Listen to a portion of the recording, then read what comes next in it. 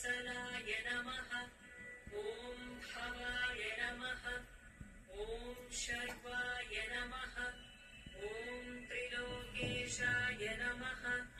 ॐ शितिकण्ठाय नमः। ॐ शिवाप्रियाय नमः।